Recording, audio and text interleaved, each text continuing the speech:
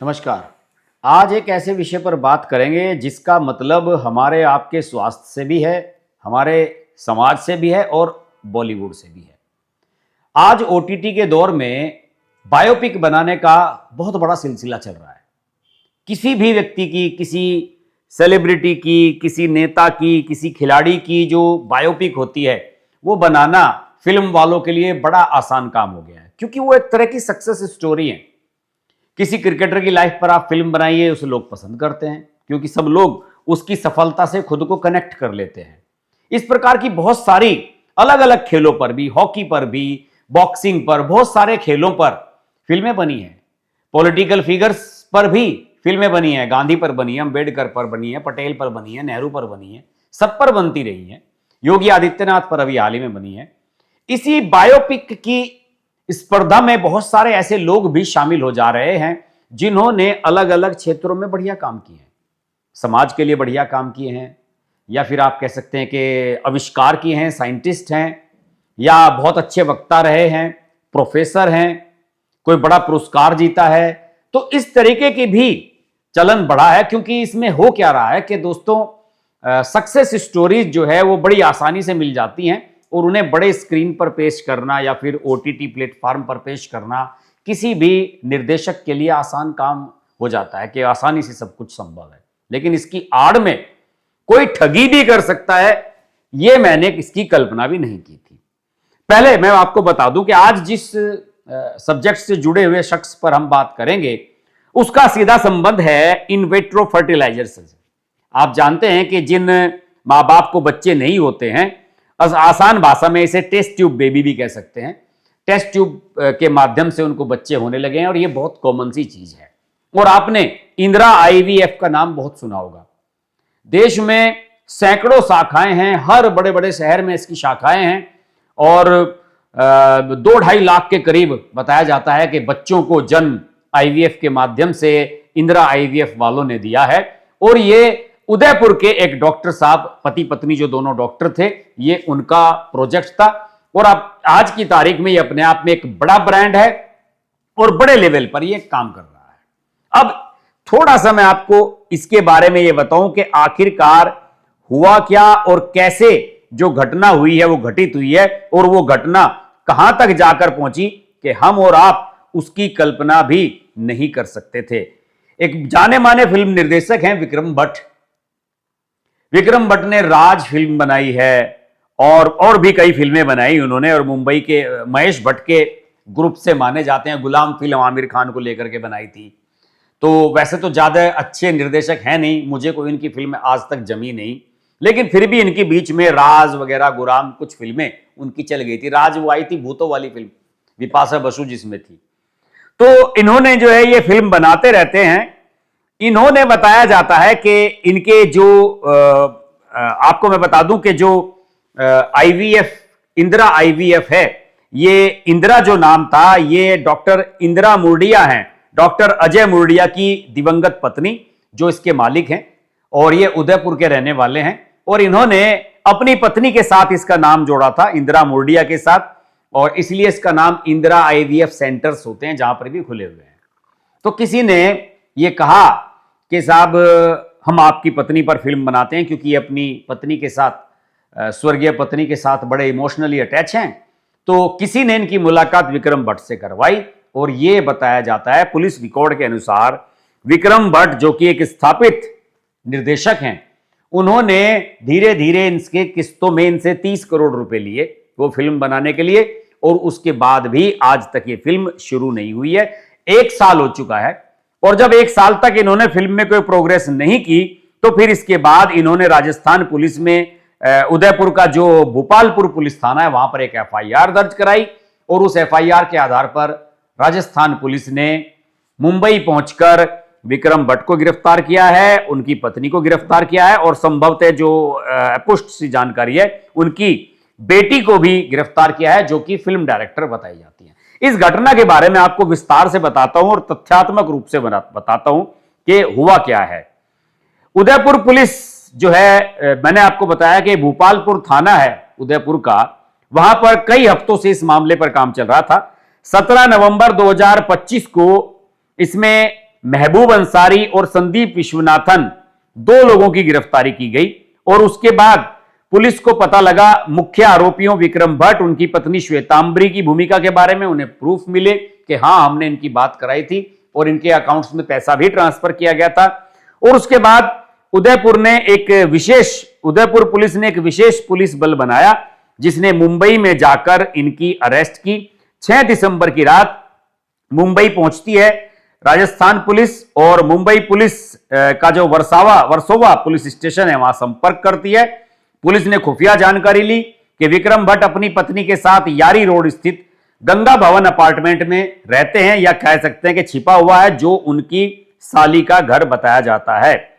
शुरुआत के घंटों में पुलिस टीम ने गंगा भवन अपार्टमेंट पर छापा मारा और पुलिस की कार्रवाई एकदम एक्टिव और सीक्रेटिव थी। विक्रम भट्ट और श्वेतांबरी को हिरासत में ले लिया गया और गिरफ्तारी के वक्त पुलिस ने उनके मोबाइल फोन और कुछ दस्तावेज भी जब्त किए जो जांच में महत्वपूर्ण साबित हो सकते हैं।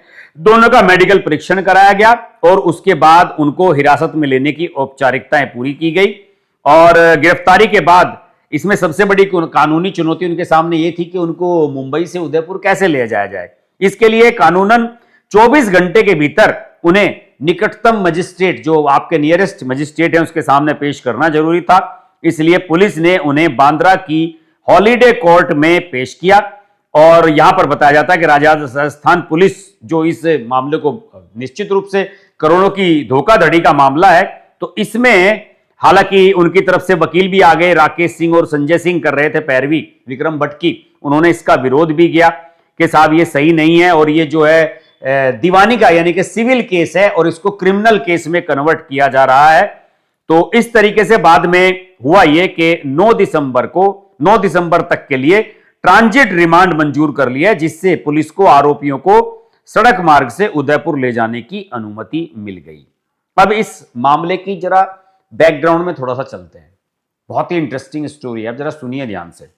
डॉक्टर अजय मुर्डिया केवल एक अमीर व्यवसायी नहीं है, वे भारत में जो इनफर्टिलिटी ट्रीटमेंट है उसके क्षेत्र में क्रांतिकारी व्यक्ति माने जाते हैं।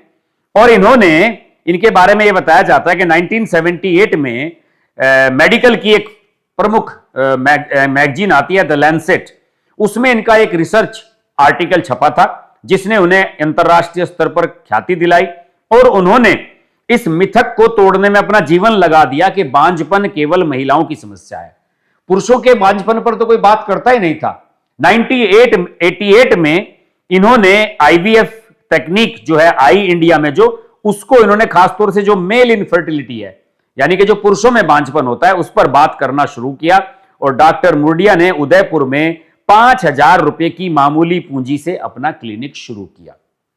इसके बाद आज इंदिरा आईवीएफ भारत की सबसे बड़ी फर्टिलिटी चेन है। 100 से अधिक इसके केंद्र हैं, 1.5 लाख से अधिक सफल आईवीएफ प्रेगनेंसी का रिकॉर्ड उनके नाम है।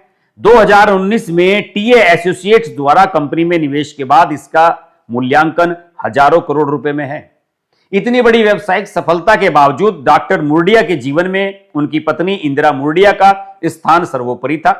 कंपनी का नाम इंदिरा आईवीएफ उन्हीं के नाम पर रखा गया। उनकी मृत्यु के बाद डॉक्टर मुर्डिया उन्हें एक ऐसी श्रद्धांजलि देना चाहते थे जो न केवल उनका परिवार बल्कि सारी दुनिया उनको याद रखे। और यही वह एक बिंदु था जहां पर उनकी जो भावनात्मक चीजें हैं उनका दोहन कुछ लोगों ने किया और उनका कॉन्ट्रैक्ट करा दिया विक्रम भट्ट जैसे अनुभवी फिल्म निर्माता निर्देशक से।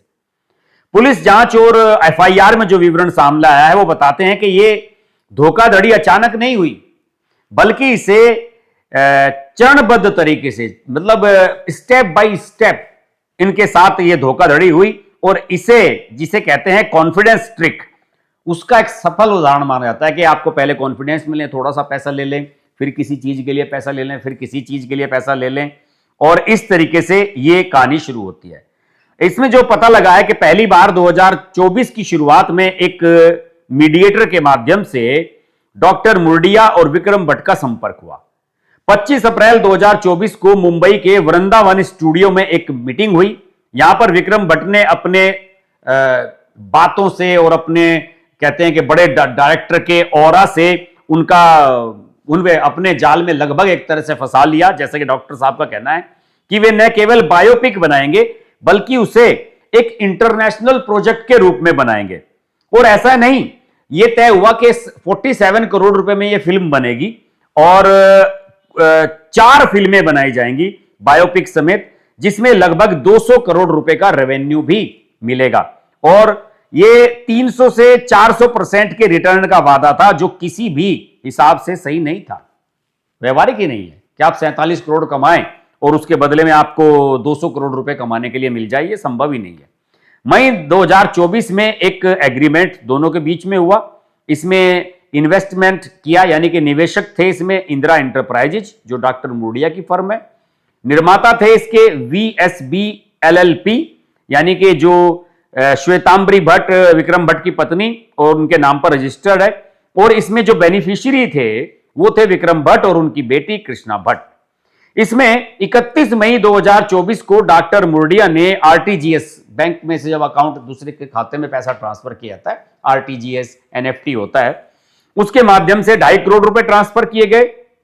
इसके बाद कुछ ही दिनों में प्री प्रोडक्शन खर्चे के लिए, कास्टिंग के लिए 7 करोड़ रुपए और मांगे गए और इस तरीके से किस्तों में 30 करोड़ रुपए के करीब यह आंकड़ा पहुंच गया। इस मामले में 8 लोगों को नामजद किया गया है।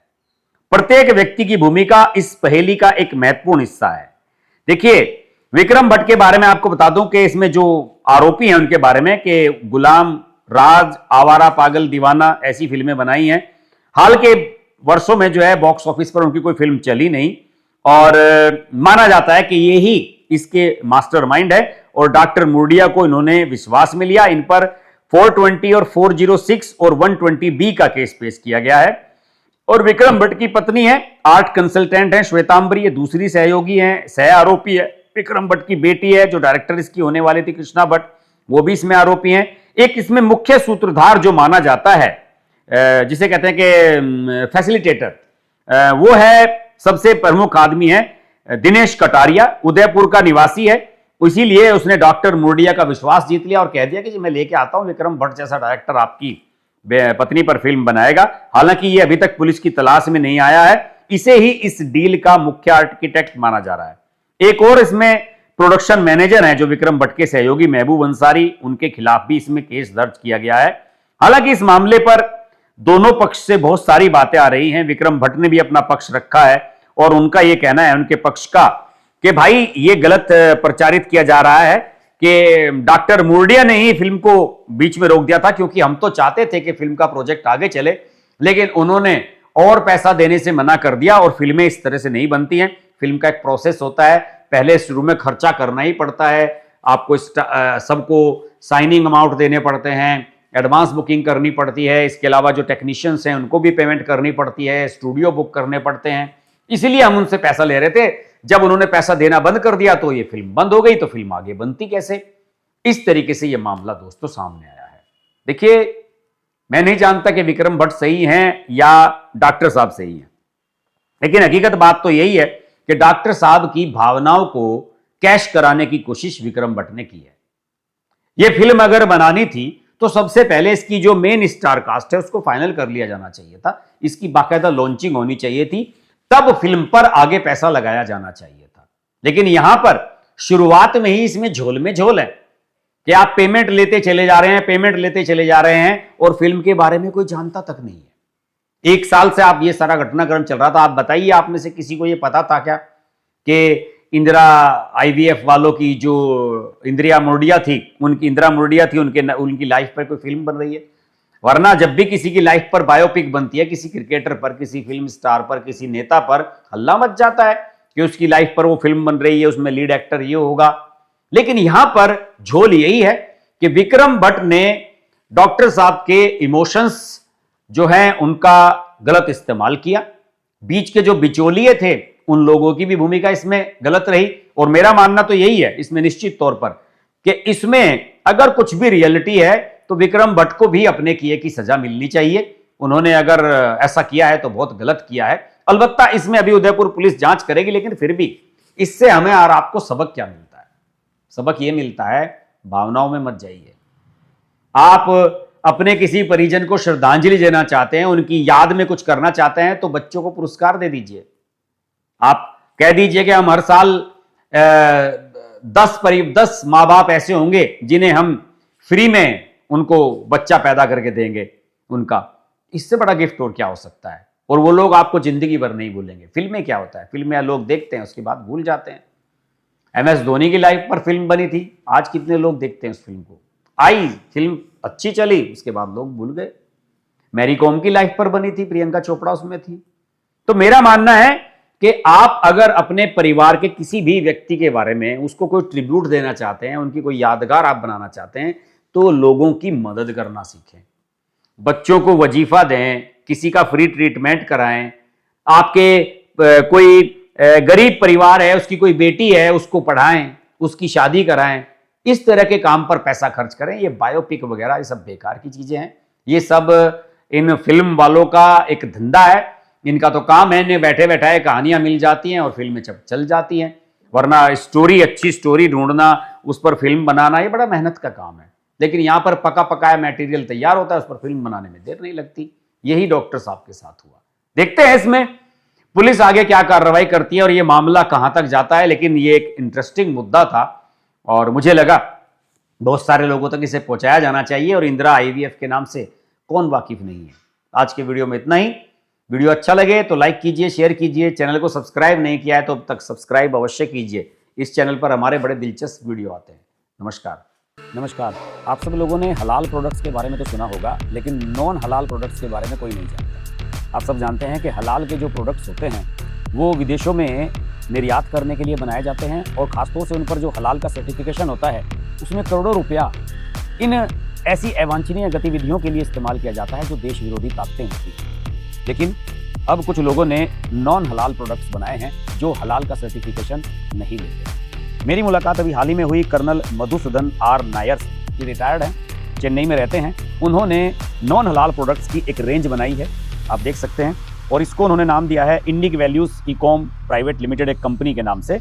www.nonhalal.in पर आप इन सब को प्राप्त कर सकते हैं। इन्होंने हनी बनाया है, शहद बनाया है, रोज़ शरबत जिसे रूह अफ़ज़ा लोग कहते थे, केसर बनाया गया है, केसर जेल है, रागी का आटा है और मल्टीग्रेन आटा है, विनेगर है, सिरका कहते हैं जिसको, हर्बल शैम्पू है, जिंजर टी है, ये बहुत अच्छी लगी मुझे तो मैंने तो पी भी है। और शहद बनाया गया है बहुत ही बढ़िया, कई प्रकार के जेल और कई प्रकार के साबुन हैं। ये सभी प्रोडक्ट नॉन हलाल प्रोडक्ट्स के रूप में प्रमोट किए जा रहे हैं। और देखिए, मुझे इसके लिए कोई पैसा नहीं दिया गया है, ना कोई किसी ने मुझसे कहा है कि आप इसको प्रमोट कीजिए। मेरी कर्नल साहब से मुलाकात हुई और सिर्फ उन्होंने हमसे निवेदन किया कि आप हमारे प्रोडक्ट्स यूज़ कीजिए और उसके बाद अगर ये प्रोडक्ट्स अच्छे लगें तो आप अपने दर्शकों को रिकमेंड भी कीजिए। इसको अगर इस प्रकार के प्रोडक्ट्स को आप खरीदते हैं तो आपको मेरा कूपन दिखाने पर, आप उस पर जब मेरे नाम का कूपन डालेंगे HK10 तो आपको इस पर 10% छूट भी मिलेगी और उसके बाद आप इसको खरीद सकते हैं। इसके लिंक्स आपको नीचे डिस्क्रिप्शन में मिल जाएंगे। आप खरीदिए, इस्तेमाल कीजिए और नॉन हलाल प्रोडक्ट्स और अपने आयुर्वेदिक प्रोडक्ट्स को प्रमोट करने का ये मौका कतई भी नहीं छोड़िए।